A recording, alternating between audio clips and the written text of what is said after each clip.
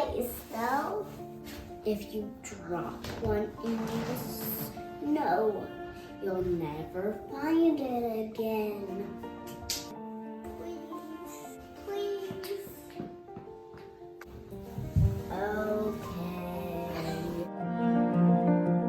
When you come back home, I'll check to see if you're safe.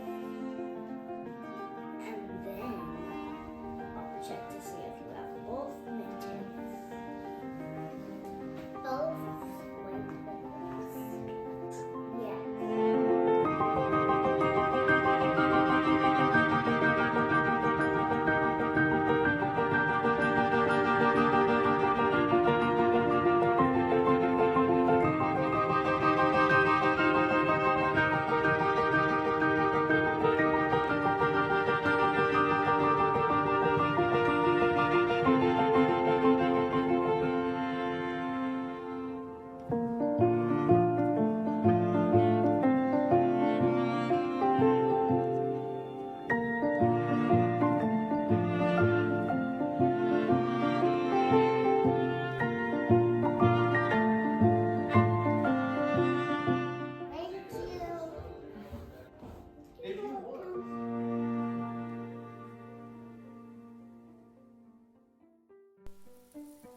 So off Nicky went, and it wasn't long until one of his new mittens dropped in the snow and was left behind.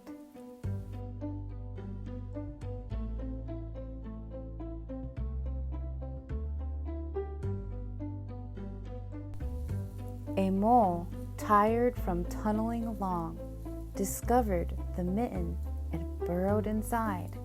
It was cozy and warm and just the right size, so he decided to stay. A snowshoe rabbit came hopping by. He stopped for a moment to admire his winter coat. It was then that he saw the mitten, and he wiggled in, feet first. The mole didn't think there was room for both of them, but when he saw the rabbit's big kickers, he moved over. Next, a hedgehog came snuffling along. Having spent the day looking under wet leaves for things to eat, he decided to move into the mitten and warm himself. The mole and the rabbit were bumped and jostled, but not being ones to argue with someone covered with prickles, they made room. As soon as the hedgehog disappeared into the mitten, a big owl, attracted by the commotion, swooped down. When he decided to move in also, the mole, the rabbit, and the hedgehog grumbled. But when they saw the owl's glinty talons, they quickly let him in. Up through the snow appeared a badger. He eyed the mitten and began to climb in. The mole, the rabbit, the hedgehog, and the owl were not pleased. There was no room left, but when they saw his diggers, they gave him the thumb. It started snowing, but the animals were snug in the mitten. A waft of warm steam rose in the air, and a fox trotting by stopped to investigate. Just the sight of the cozy mitten made him drowsy. The fox poked his muzzle in. When the mole, the rabbit, the hedgehog, the owl, and the badger saw his shiny teeth, they gave the fox lots of room. A great bear lumbered by. He spied the mitten, all plumped up. Not being one to be left out in the cold, he began to nose his way in. The animals were packed in as tightly as could be. But what animal would argue with a bear? The mitten swelled and stretched. It was pulled and bulged too many times its size. but Baba's good knitting held fast.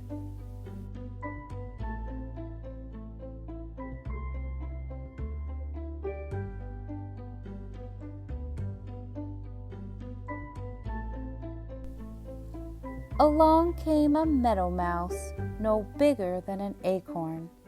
She wriggled into the one space left and made herself comfortable on top of the great bear's nose.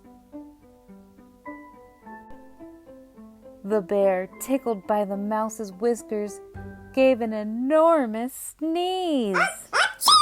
The force of the sneeze shot the mitten up into the sky and scattered the animals in all directions. On his way home, Nicky saw a white shape in the distance.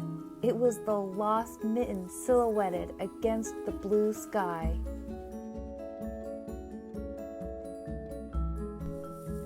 As he ran to catch his snow-white mitten, he saw Baba's face in the window. First she looked to see if he was sage and sound, and then she saw that he still had his new mittens.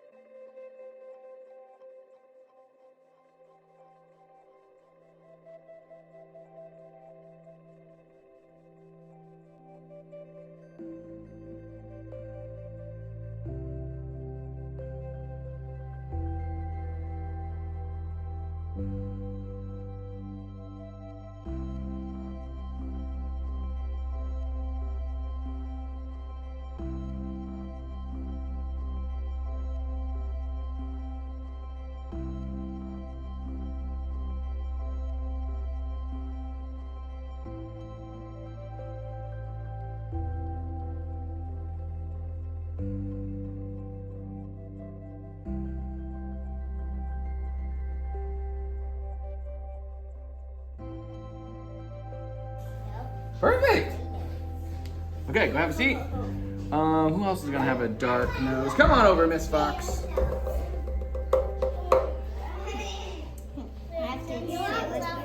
That's okay. If you need to, just pull it to the side or just turn it like that. Come over here. Oh, thought that was a bear. Oh. Okay, then look at me. And did you see how Beckett was holding really still? Hold still so I can draw the line. That's what's gonna help. And then if you need a wiggle a second, just let me know and I'll give you a minute to wiggle.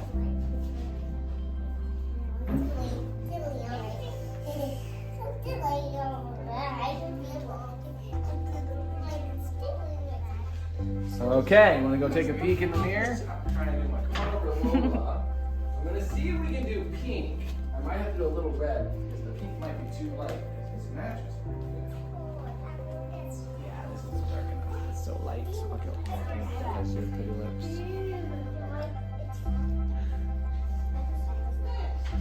Woo! Woo! Okay. So, this might be too light because it's a marker. And I'll try green. And oh my goodness, are you cold? Are you okay? You need a blanket? Really freezing.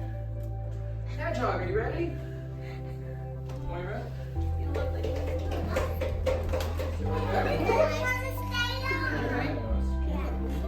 oh, you got a little tiny hedgehog. Stay